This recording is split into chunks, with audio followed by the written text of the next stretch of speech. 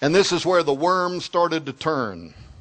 He said, did you know that in the ancient Zohar, the 700-year-old Zohar, which is one of the most important books of Jewish mysticism, Kabbalah, magic, he said, did you know that besides, their commentary on the Pentateuch, the first 5 books of the Bible, that in a section called Viera section, which includes a subsection called Signs Heralding Mashiach, that is, the coming of the Messiah.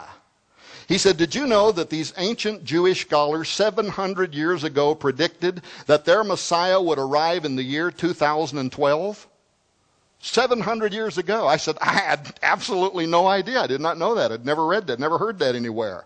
He said, do you have a copy of the Zohar? I did. I had an electronic version. He said, open it on your computer. He opened it on his computer. We both sat there on the phone. He took me, read me through, and the reason I had read past this is because obviously it's in the Jewish calendar. It's in the year 73, what is also called 5773. But in our Gregorian calendar, that begins in the new moon in the year 2012 and ends a year later in 2013.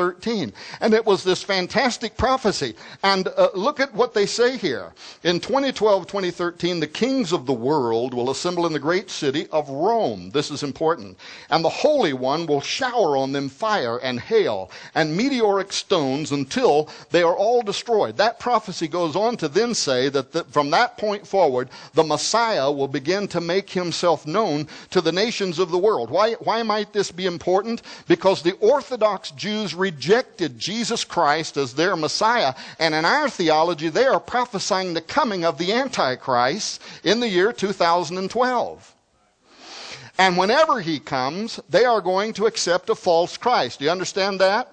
Let's look at this from a Jewish source now. 2012 and prophecy from the Zohar on Messiah's return. Now, I personally don't entirely trust the Zohar. I think there's a little bit of Jewish mysticism in there, and that can sometimes lead into a little bit of spiritism. I don't trust that. I don't trust the Zohar personally, but I find it very interesting what they say. Me personally, I just stick straight to the scriptures. Prophecy from the Zohar on Messiah's return. Widely considered the most important work of Jewish Kabbalah, the Zohar is a collection of books written in medieval Aramaic over 700 years ago, containing mystical commentary on the Pentateuch. Now, the Pentateuch is the 5 books of Moses, the Torah. Now, in addition to interpreting Scripture, the Vayera section, Volume 3, Section 34, includes the signs heralding Mashiach, or the coming of the Messiah. The fascinating date for his appearance is set in the Zohar at late 2012. Given the rejection of Jesus by Orthodox Jews as Messiah, this coming could herald the unveiling of Antichrist in 2012.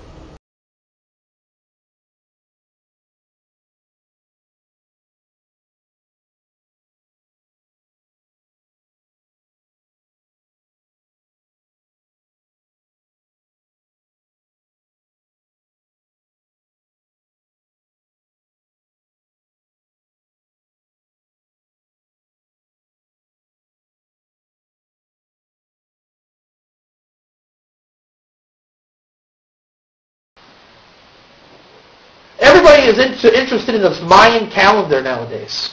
Is 2012 the end? I can tell you the Zohar says it gives the same time. I can tell you the Zohar says that.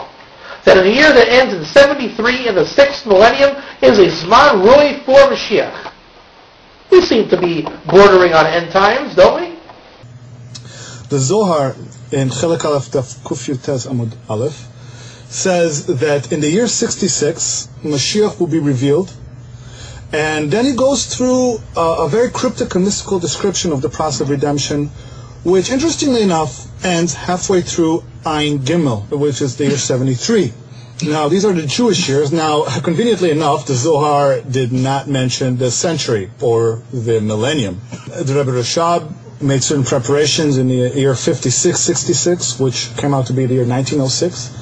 2006 was Tafshin Samach Vav, the year 5766. And the process of redemption goes on until the year 5773.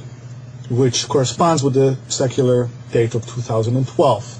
Not the December 21st, 2012 necessarily, but like I said, this is a process. There's a lot of things that are happening along the way, and we're going through it. In fact, we're in the midst of the 9 months.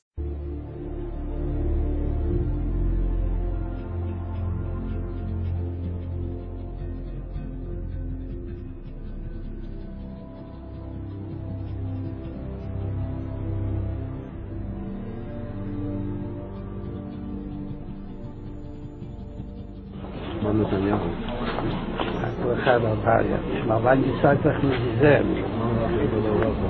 Der Muhammad Lachad. Das ist leider nicht geschehen. בכל העניינים. מה שישראל לאחרונה נתצו כמה עניינים. מה שלא יאות, וגם מצו שעדיין משיח ליבו. אז הייתה מה שהוא ומה ידיעתו. הכנראה שהיא מספיק, שהיום כבר כמה שעות בגיל עדיין ליבו, אבל יש את כמה שעות, אבל יש להשתדל גם היום, ובשורות טובות. זה שמחה וטוב לראות. הכדי שחסידים מקפידים שכל מנוי את שמחה. תודה טובה, הצלחה רבה.